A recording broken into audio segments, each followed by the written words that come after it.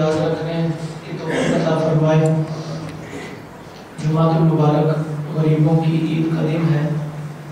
اور اس کو فقہائے اسلام نے تاکیداً فرض قرار دیا ہے تاکہ مسلمان جو ہے وہ جمعہ پڑھنے میں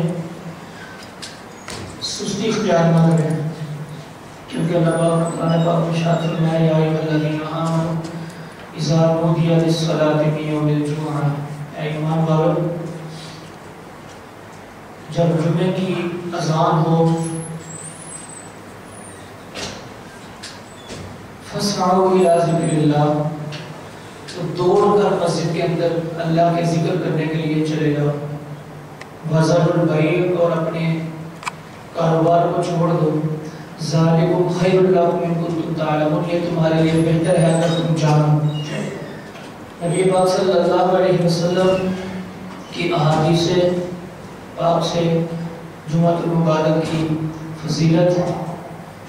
ثابت ہوتی ہے۔ آقا کریم صلی اللہ علیہ وسلم کا فرمان ہے جو جمعہ والے دن مسجد کے اندر سب سے پہلے آتا ہے، فرشتے انتظار کر رہے ہوتے ہیں مسجد کے اندر، اور جو سب سے پہلے آتا ہے اس کا نام اپنے رجسٹر میں لکھتے ہیں، اور سب سے پہلے آنے والے کے نامہ اعمال میں ایک اونٹ صدقہ کرنے کا ثواب لکھ دیتے ہیں، اور پھر فرشتے انتظار کرتے ہیں دوسرے نمبر پر کون آتا ہے۔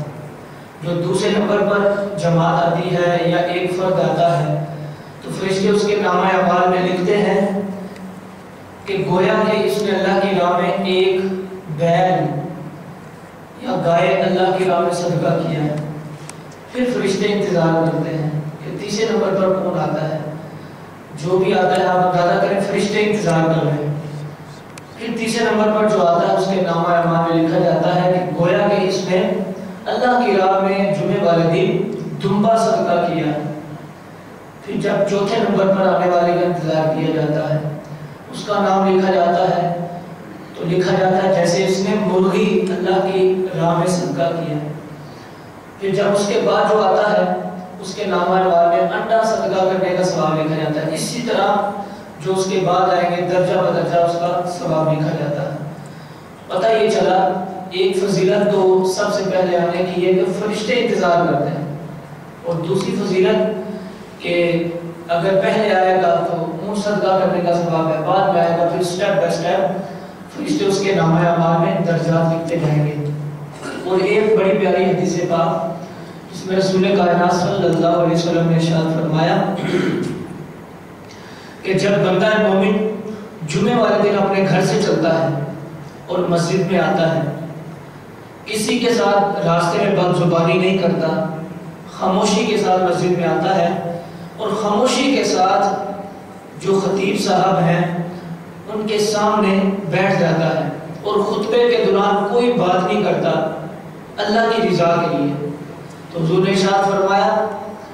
وہ بندہ اللہ کے نزدیک ایسا ہے کہ جب وہ گھر سے چلا تھا ہر قدم کے بدلے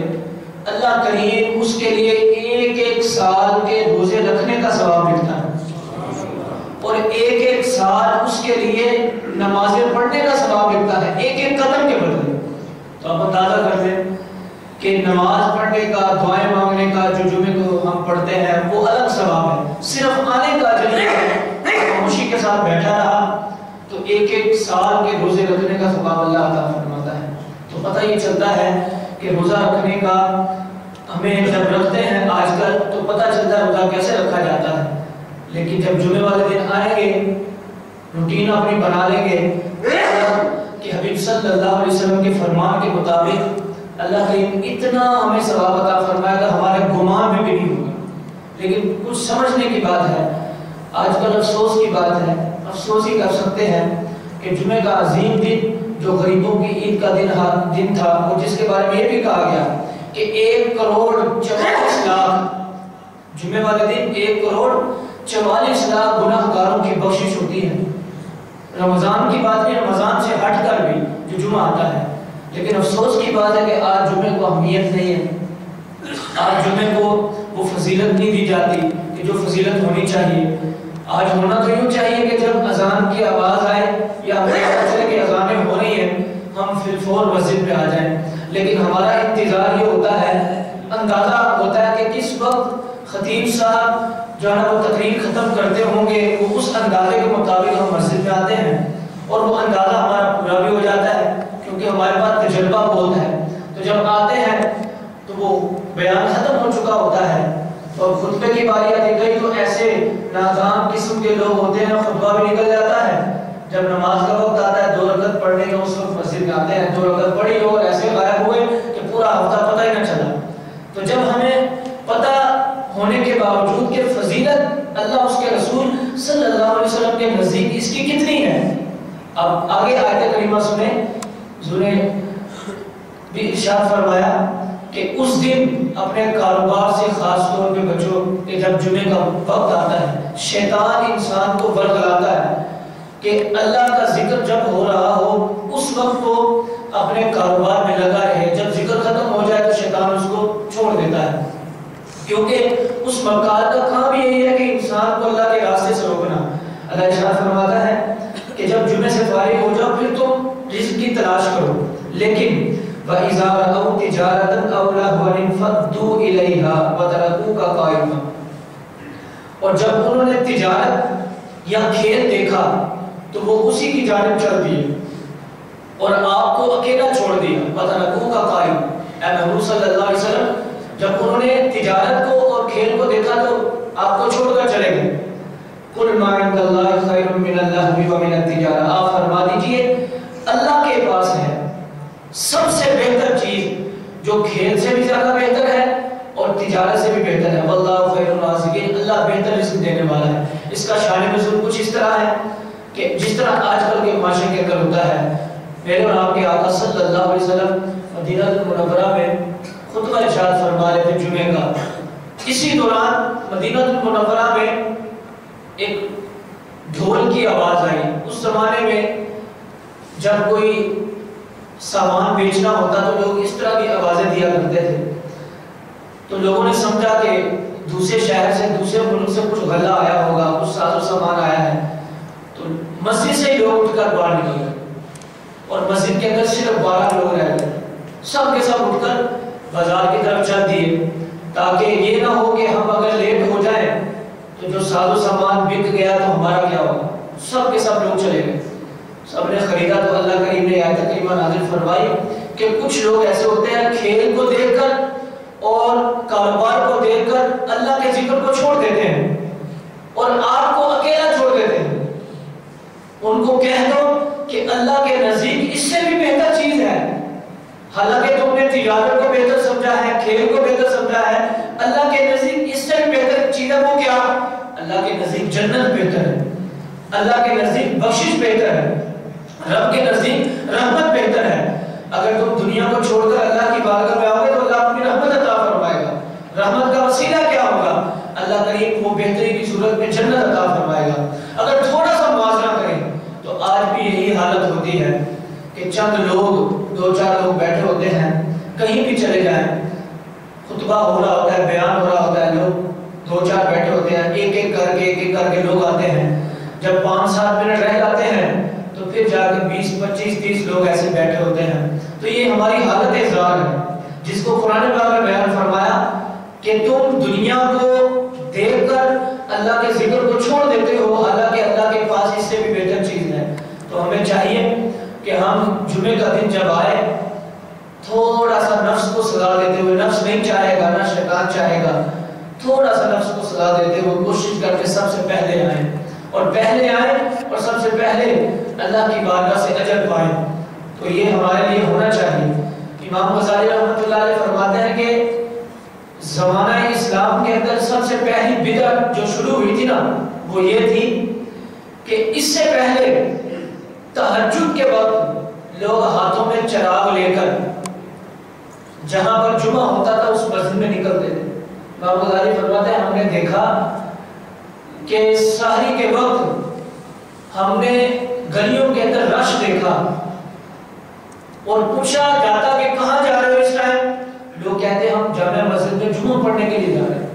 آپ بتا سحری کے وقت۔ تو آپ نے فرمایا کہ جب اس زمانے کے اندر سب سے پہلی بدعت شروع ہوئی وہ یہ کہ لوگوں نے جمعے والے دن مسجد میں دیر سے آنا شروع کی. یہ سب سے پہلی برائی شروع ہوئی ہے. تو آپ اندازہ کر لیں پرانے زمانے کے اندر جمعے کی اہمیت لوگوں کے اندر کتنی تھی کہ مسجد جمعے والی دور دور ہوا کرتی تھی، ہر مسجد جانا مسجد نہیں ہوتی تھی، لیکن اس کے باوجود لوگ پہلی صف کو پانے کے لیے کوشش کرتے تھے کہ سب سے پہلے مسجد میں جائیں. آج محلے کے اندر کئی مسجدیں ہوتی ہیں، ساتھ گلی میں گھر ہوتا ہے اور ساتھ ہی مسجد ہوتی ہے، تو وہ مسجد میں پہلے نہیں آ سکتے. یہ کوشش ہوتی ہے کہ سب سے آخر میں جاؤں، بیان ختم ہو چکا ہو، کچھ سننا نہ پڑے. مولوی کی باتیں تو روز سنتے رہتے ہیں، یہ تو تقریریں روز کرتا ہے، اس کا چہرہ روز دیکھتے ہیں، یہ ہمارے ذہن میں ہوتا ہے. حالانکہ ان ناکاموں کے ذہن میں یہ نہیں ہوتا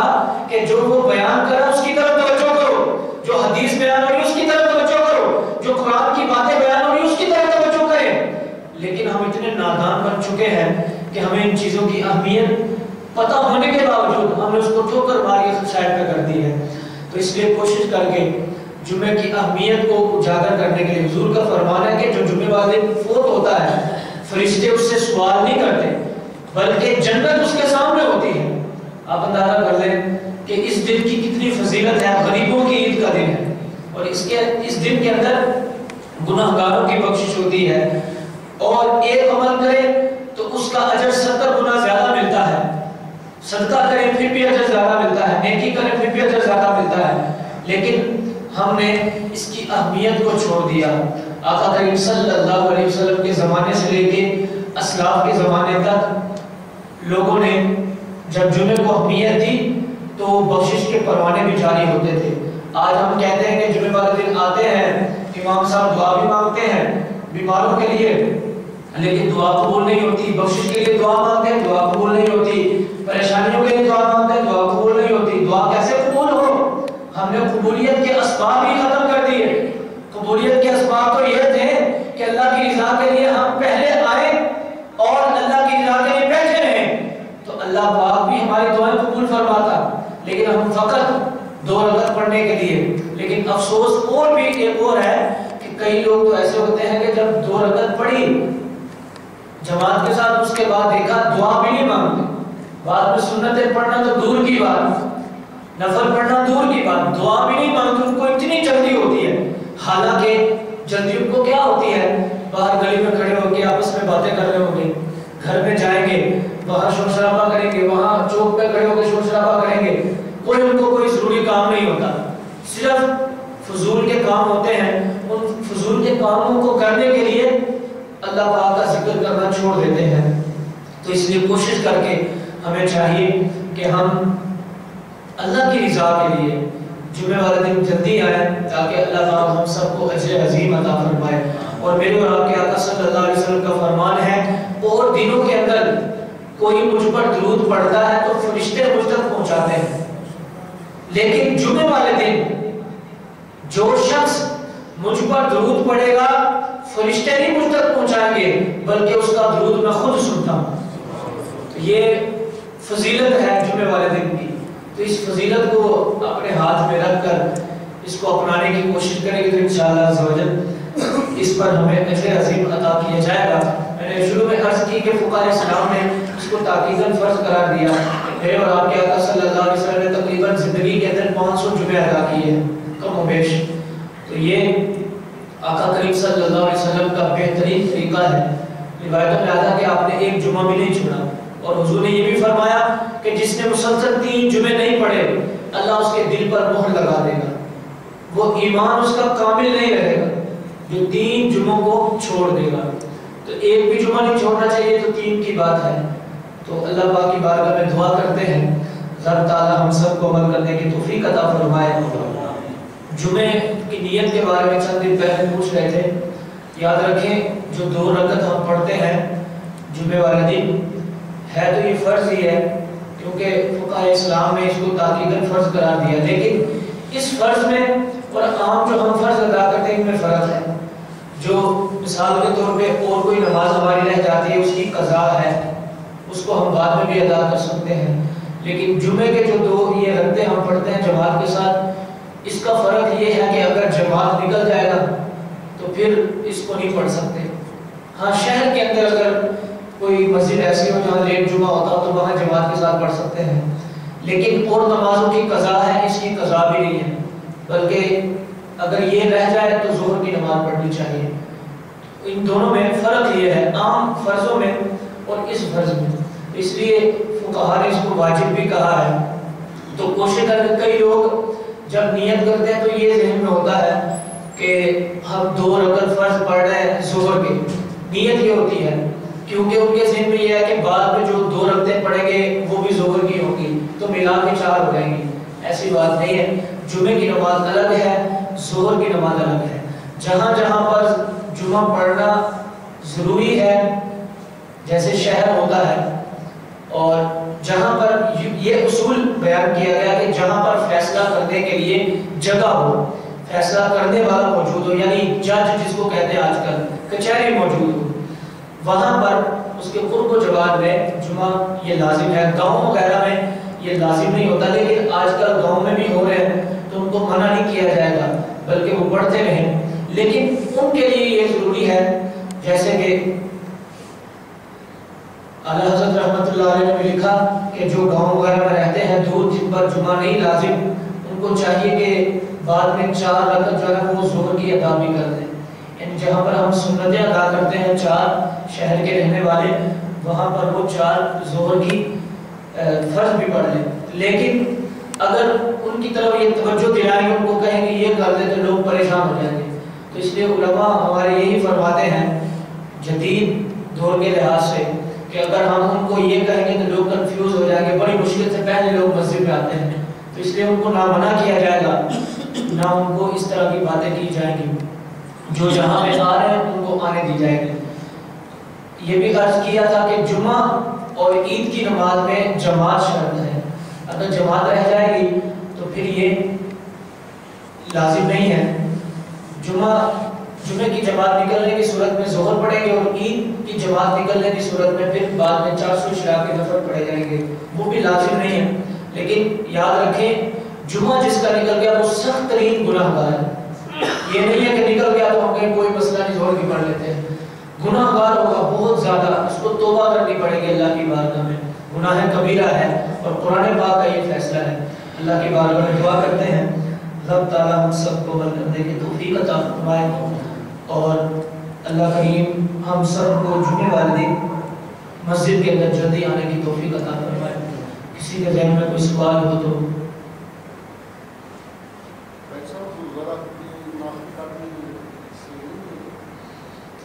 روزہ رکھ کے ناخن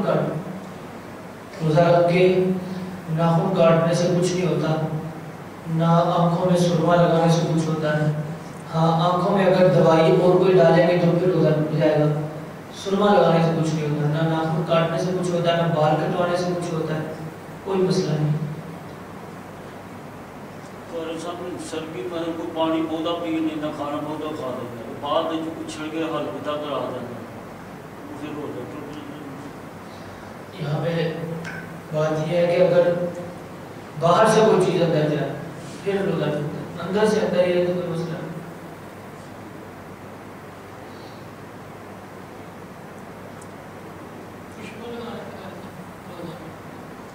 لگانے سے نہیں روزہ ٹوٹتا،